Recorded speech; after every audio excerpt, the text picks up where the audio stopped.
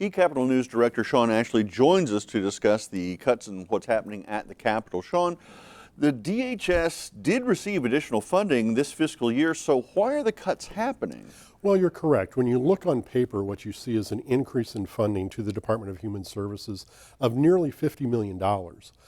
But that comparison is an apples to oranges type comparison. During the fiscal year 2017, the agency only received appropriations to cover about 10 months of their operations. And late in the legislative session, lawmakers gave them a supplemental appropriation of $34 million so they could make it through the months of May and June. So when you look at their FY18 appropriation, it doesn't take into account that supplemental appropriation which they received. And when you do consider it, it means they got about $16 million more.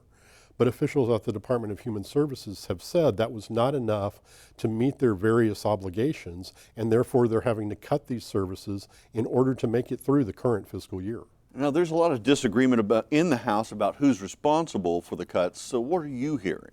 Well, it seems that there may have been some confusion over what the department actually needed. I've heard from some members who felt like that they were told this was enough money, and others who felt like, yeah, there was actually more money that needed to be given to the agency. What we have seen from a variety of legislators in press releases and comments with members of the media is that House leadership, in particular, House Speaker Charles McCall, feels like the agency needs to be looked at, audited, to make sure that they are using their money appropriately. Others, like former House Appropriations and Budget Chair Leslie Osborne, said, no, hey, wait, look, over the last several years, they've lost more than $100 million, so this problem should not be expected. So really, they're coming down on both sides, some saying it should have been enough, others saying clearly it wasn't, and probably during the next legislative session, they'll sort that out. Yeah, and there's been a shakeup in the leadership, right, in the House. So is this related to this dispute over DHS? Well, it may be, and it too may not be. House Appropriations and Budget Chair Leslie Osborne was relieved of those duties on Tuesday by House Speaker Charles McCall. McCall's office, however, said it had nothing to do with her criticism of the legislature for its appropriations to the Department of Human Services, which she had made on Monday.